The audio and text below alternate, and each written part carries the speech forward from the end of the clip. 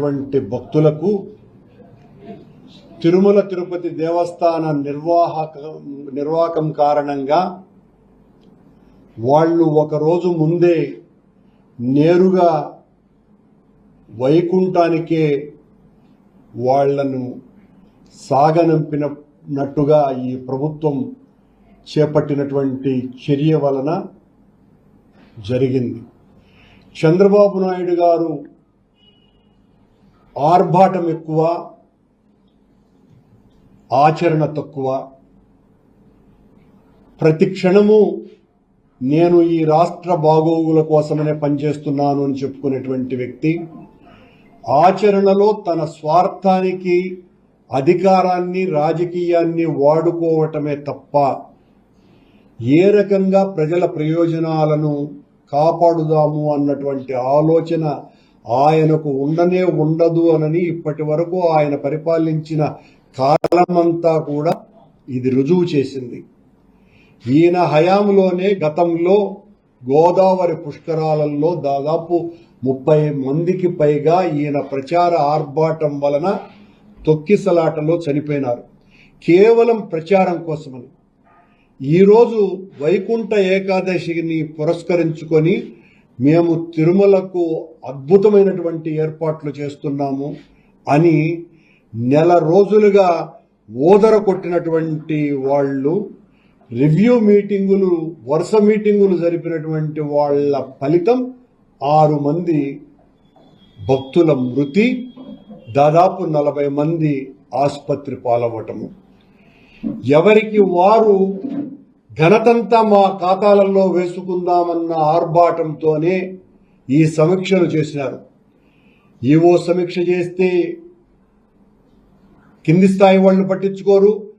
ఆయన ఒక సమీక్ష చేస్తాడు, చైర్మన్ ఒక సమీక్ష చేస్తాడు. ఆ చైర్మన్ సమీక్షకు జేఈఓ కూడా వెళ్ళడు. కొండ మీద అడిషనల్ ఈఓ అయితే ఆయనకి నేను రాజు, నన్ను మించిన వాడే లేడు అన్నంతగా ఆయన ప్రవర్తన సాగుతున్నది.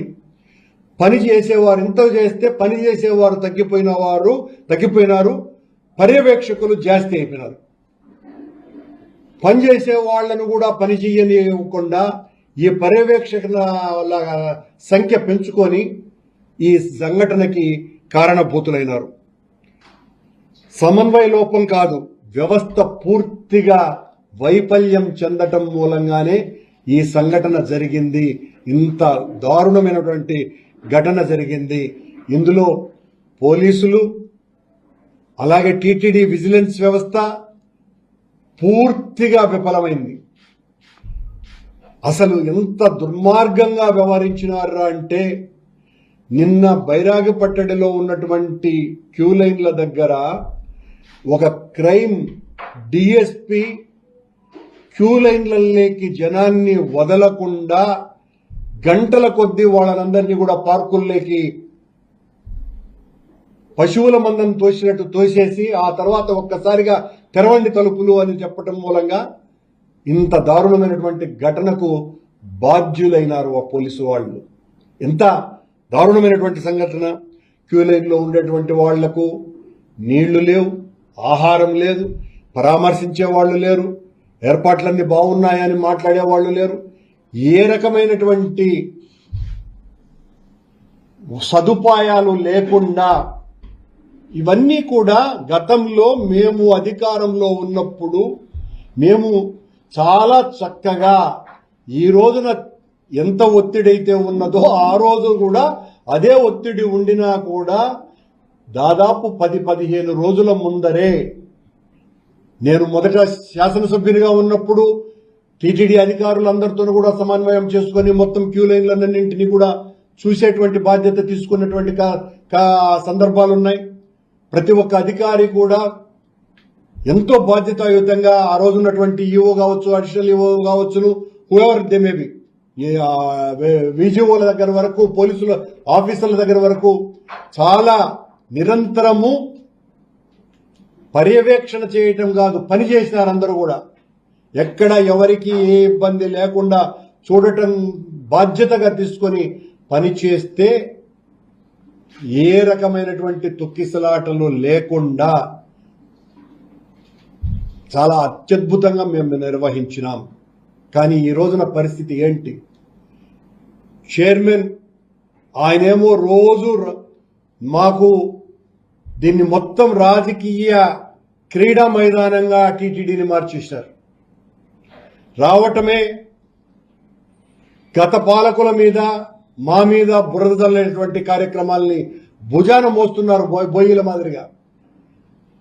ఎంతసేపు మీరు చేస్తున్నటువంటి తప్పులకు ఈ పాపాలన్నీ కూడా కారణభూతం గత పాలకులదేనని మా మీద నెట్టేసేటువంటి కార్యక్రమాలు చేస్తున్నారే తప్ప మీరు అసలు ఏం చేశారు?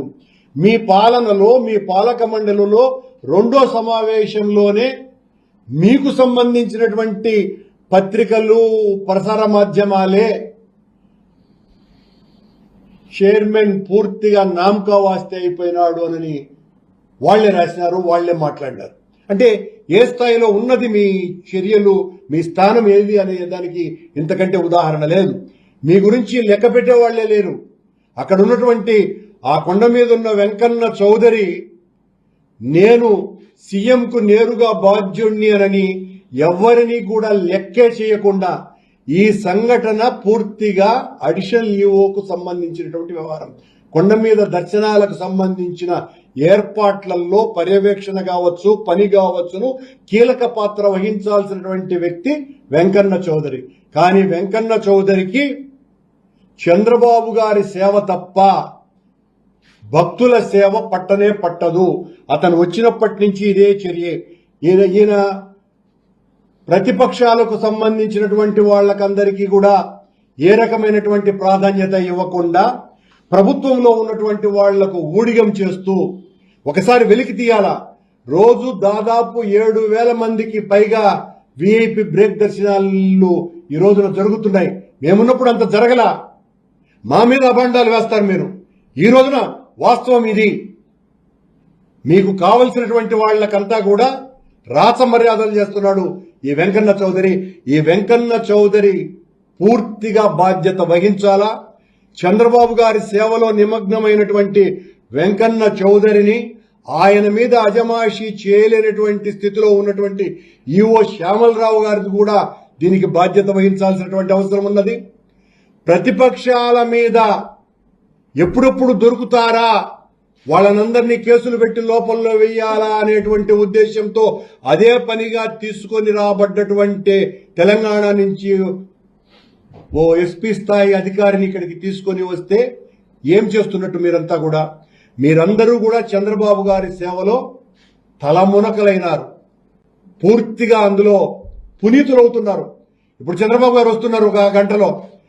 నిన్న జరిగినటువంటి ఇన్సిడెంట్ చోట పట్టుమని 15 మంది పోలీసు వాళ్ళు కూడా లేదు. ఈ రోజున చనిపోయినటువంటి వాళ్లను చూడడానికి వస్తున్న చంద్రబాబు గారిని భద్రత కల్పించడానికి మాత్రం దాదాపు 2,000 మంది పోలీసు వాళ్ళు మొత్తం సమాయత్తమవుతున్నారు. అంటే ఎవరిని మీరు పట్టించుకోవాల్సినటువంటి అవసరం ఉన్నదో ఆ భక్తుల యొక్క క్షేమాన్ని గురించి రవింత కూడా పట్టించుకోకుండా ఇప్పుడు రంగంలోకి దిగి అక్కడ మమ్మల్ని కూడా రానివ్వకుండా బెదిరింపు కార్యక్రమాలు చేసి క్షతగాత్రులను చూడడానికి కూడా మాకు అవకాశం కల్పించకుండా చేసేటువంటి క్రీడా రాజకీయాల్ని చెయ్యటం అన్నది చాలా దుర్మార్గమైనటువంటి తనము.